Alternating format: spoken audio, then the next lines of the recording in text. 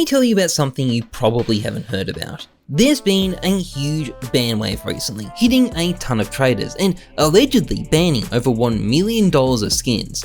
But who are these people? Well, for the most part, they don't actually want you to know, or at least they didn't until they got caught up in this mess. So what have they been doing? Well, let's start at the beginning.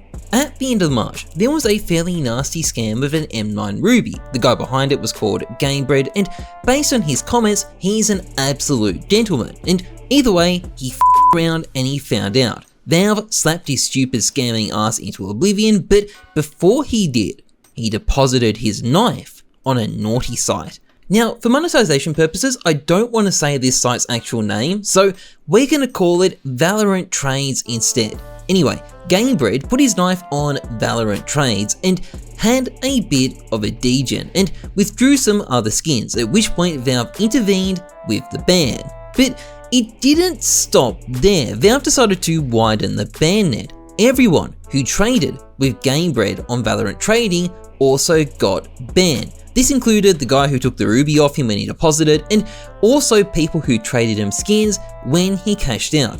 There were 11 known accounts that got hit. I can't verify it was quite $1.5 million of skins, but I know it was at least 850k. That's a lot. But are these bans justified? Well, let's have a look. Now, this video is sponsored by SkinsMonkey. Check out SkinsMonkey to quickly and easily trade your CSGO skins. Use the code ZEUS to get up to $5 extra on your first trade, as well as a bonus when depositing. Link is in the description. Check it out today. So to briefly explain what's going on here, like a lot of degen sites, Valorant Trades has its own marketplace that people use to cash in and cash out on the site. All the trades are peer-to-peer, the site doesn't have any bots. It is kind of like Buff, except not quite as good for people. And you can actually sell your skins for more than market price on these websites.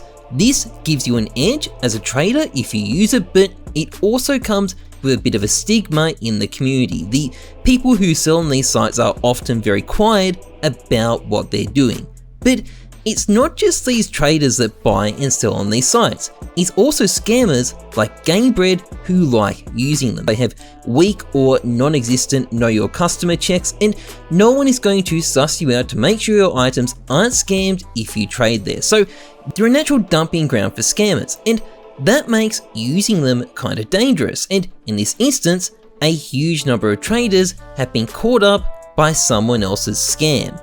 But are these bans justified by Valve? Most of the victims here have had their bans upheld by Steam support. However, one or two did manage to get unbanned, including the guy who took Gamebred's stolen M9. Yes, it is incredibly ironic that he's the guy who got unbanned, but the message he got from Steam support is very telling. They basically scolded him for repeatedly accepting scammed items and essentially told him to stop what he's doing on Valorant Trades. It's a very blunt message, but I think it's also fairly clear they have a good idea of what he's doing and aren't exactly sympathetic. But at the same time, it's not like the traders involved here had a good way of knowing they were dealing with a scammer. So is it fair for Valve to take this stance on things?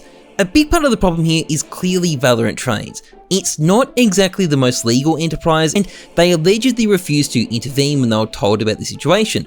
This is just bad all around, and it's asking for bad actors to exploit the site. And if you're then using a site like Valorant Trades, there is going to be a risk that's going to become your problem as well. If you stick to sites that have know your customer, there's not really a risk of this happening to you. Of course, in theory, you could see something similar happening on a site like Buff. It's a peer-to-peer site without KYC, at least if you're not Chinese, it doesn't have KYC. But given the size of Buff and the fact that literally nothing like this has ever happened on that site, I'm suspicious Valve actually know the difference between Buff and something like Valorant Trades and have very different policies for it.